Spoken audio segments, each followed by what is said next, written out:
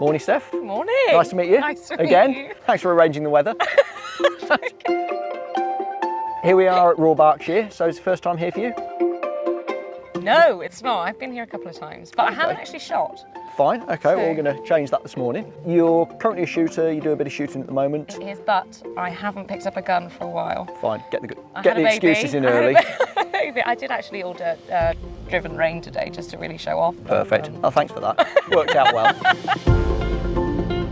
Going to start you off just going through the basics, having a little bit of a look at you with your gun, having a look at your eyes, make sure there's no cross-dominance issues, start working our way up the valley, looking at some different targets, working on some rabbits, some crosses, and just see how you get on.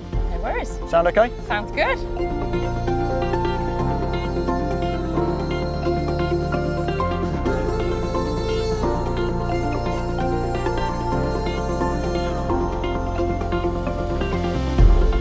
I know you normally shoot 21-gram shells because of the recoil issue. We're going to make some adjustments to your gun and your stance. I think off the back of that, you're going to be absolutely fine shooting a slightly higher payload. Hull Sporting 100s, they're a 28-gram cartridge, so much more pellets than what you're used to. Okay. Really, really smooth shooting. I don't think you're going to have any problem with them at all. You can always go back to your 21s if you prefer, but I suggest we start off with these. First off, we're going to have a look at your eyes and check your eye dominance. When you're ready, both eyes open. If you could just point at my eye for me, arm's length. Perfect. And go again with your other hand. So yeah, that's pretty much showing that you've got bang on central vision. So that's fine, we can work with that. We're not going to get you shooting two eyes open. No. That's going to make it difficult. So start with one eye and close your left eye down, or if you find that difficult to begin with, just because you haven't been in it for a while, we'll just get you to shut the left eye off and we'll start you from scratch. It's not ideal, but it's something we'll be able to work with. Make sure the gun's empty. Would you mind closing it up for me and mounting it as you normally would? Okay, so I'm just going to take the weight of the gun for you.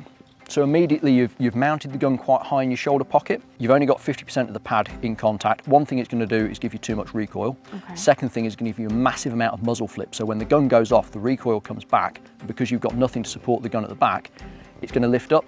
Okay. That's going to be one of the reasons you get nipped in the face, and it's also going to be difficult to control the gun. Okay, so by mounting the gun lower in the shoulder pocket, it's going to feel a lot softer. Everything's good from a cast perspective. You're looking down the middle of the gun, but you're very low on it. We're going to have to put a cone raiser on, so make the stock a little bit higher. Okay. What that's going to mean is your head is then going to sit a little bit more upright. You're going to be able to look over the rib rather than losing the target behind it. So sometimes you said you get knocked in the face. Yeah. That's going to be because you're losing sight of the target, lifting your head up to see it, and then you're getting hit. So if we can get you at a starting point that's a bit higher, you'll have much better vision and you're less likely to lift your head up. Okay, so now I come around the front. You can now see what's going on. You can actually look over the top of the gun rather than being hidden behind it, okay? Perfect. Right, let's go and break a few. Okay. So that was enthusiasm.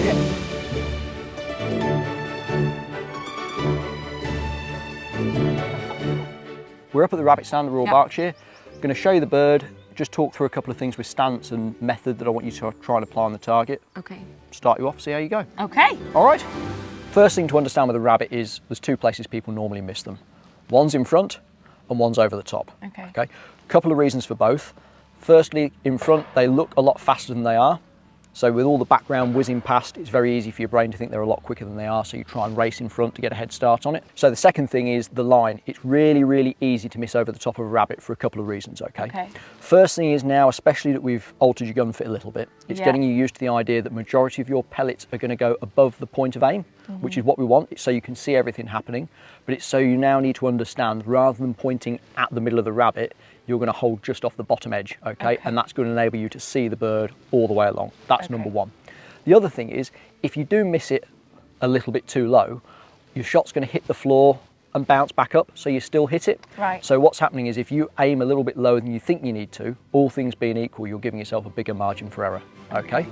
So you'll notice what I've tried to do here is set up a couple of markers for you, just to give you an idea. They're not hard and fast points, it's just to give you a bit of a clue as to where you're going to start and finish, okay?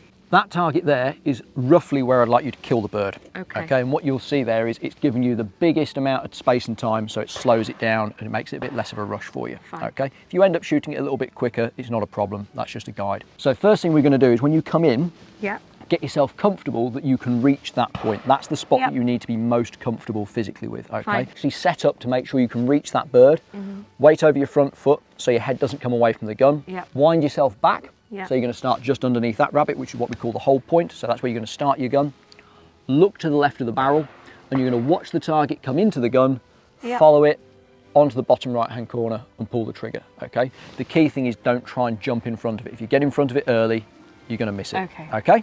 Feet shoulder width apart, bit of weight over your front foot, so that's going to give you weight forward, it's going to stop your head coming away from the gun, and it's also going to control the recoil a little bit better, okay? One of the mistakes people make with rabbits, they're a bit too upright, and then they're up over the top of the gun, the shot goes high, all right? Okay.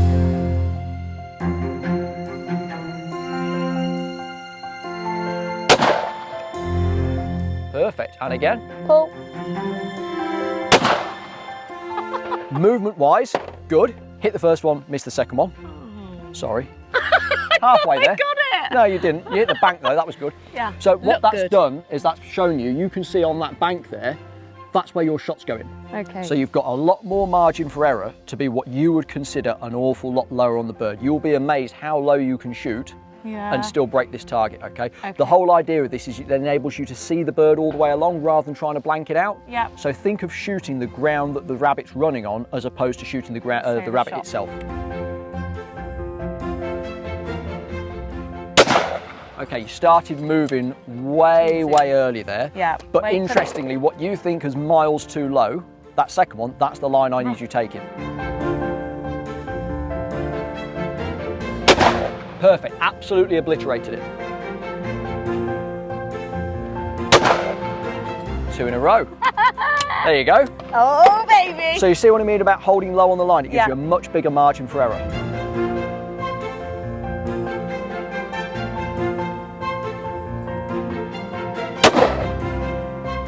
Two or 3 inches off the bottom edge of the target. I can do these ones. Yeah, no, you're very good. You're the best person at these I've seen all day. Perfect. If you use that as a reference for the clay, would you say that looks about like that? Yeah. Yeah? So I can go even lower than that. You could do, but that's fine. So when you're shooting the rabbit that's running, rather than trying to come through the rabbit itself, come through the ground that it's running on. So that bird that you just shot there, that was pretty much centre pattern. So that's showing you where your point of impact is. Most of your shot is going above where you're looking, which is fine. That's what we want. Right. But you need to now realise that when you're following the target, you're going to be shooting the ground that it's running on as opposed to the bird itself.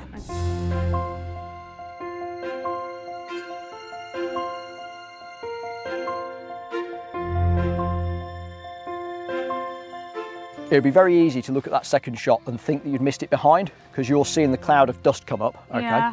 What you're doing is you're referencing where the cloud of dust come up, but by the time you've seen it, the target's rolled on. Okay. And this is another mistake people make a lot of the time. They'll miss a rabbit in front and they'll think oh, I'm behind it, and they get further and further in front. Like I said earlier on, these are slow clays and they get slower very quickly. There's a lot of resistance with rolling on the floor. Yeah. So unlike a clay that sort of holds its speed a bit better, rabbits slow down very quick. So even if they come out fast, they bleed their speed off very, very quickly, which is why it's so important not to jump in front of them early. If you get in front at the start of the shot, by the time you come to your kill point, you're even further in front.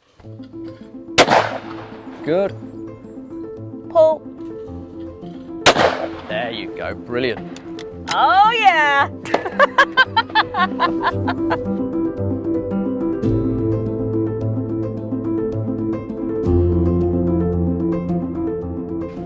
Okay, so we're turning up to shoot the crossing stand now, so we're going to shoot right to left crosser.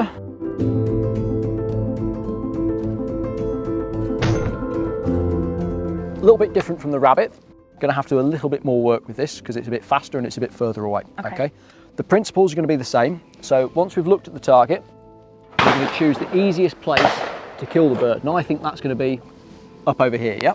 So I want you to set your feet and your stance to enable you to reach that kill point comfortably and give you a little bit of room for a swing through. Now set your feet up for the back of the shot. You're then going to wind back approximately 2/3 of the way back to the trap. Yep.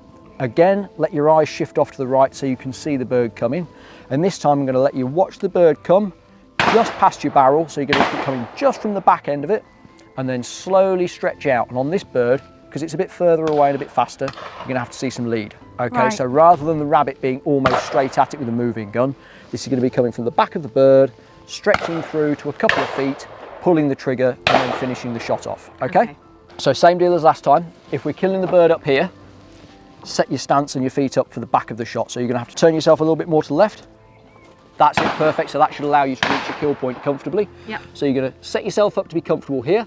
Yep. Wind about 2/3 of the way back, yep. which is here. Look to the right, watch the target come just past your barrel, and then it's a long, slow move through the bird, and you're going to see 1 foot, 2 foot shoot. Pull. Oh, way under. Just slow it down. You've got a lot more time and space than you think. So don't be quite as keen as you were. Like on the rabbit, you're very keen to just get the shot away. Watch it come. You're going to start, if that's the target, you're going to start just behind the bird and a long, slow move, opening your lead up gradually. You've got lots more time than you think, so don't be quite so keen just to get out there and get it shot. Eyes off to the right, wait for it to go just past your barrel, then a long, slow move for me.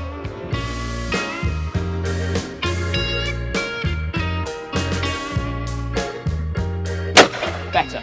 It was better. Yeah, much better shot. That's what I want you practicing. So for 3 or 4 moves now, forget worrying about breaking the bird. Okay. Just let the bird go past. Nice, smooth, confident move through in 1 movement rather than trying to do it in 2 or 3 different stages. Pull.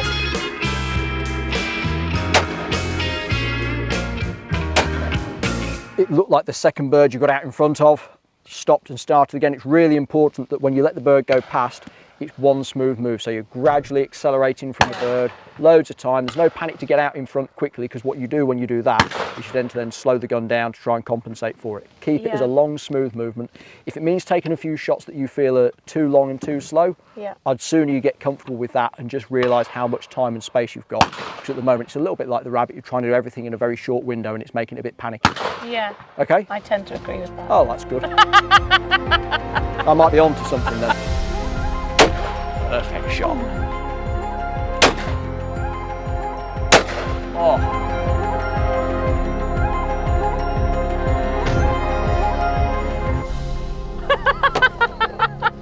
I think you feel a lot more comfortable on the crosses there now. Much better. Trying to simplify it down, get your stance right, which you've pretty much nailed now. Plenty of time to get the shot taken. Don't try and panic and jump in front of the bird. Use the space in front of you. Nice, long, slow movements. Looking really good. Well done. Thanks, I'm really pleased. Oh, great. Good work.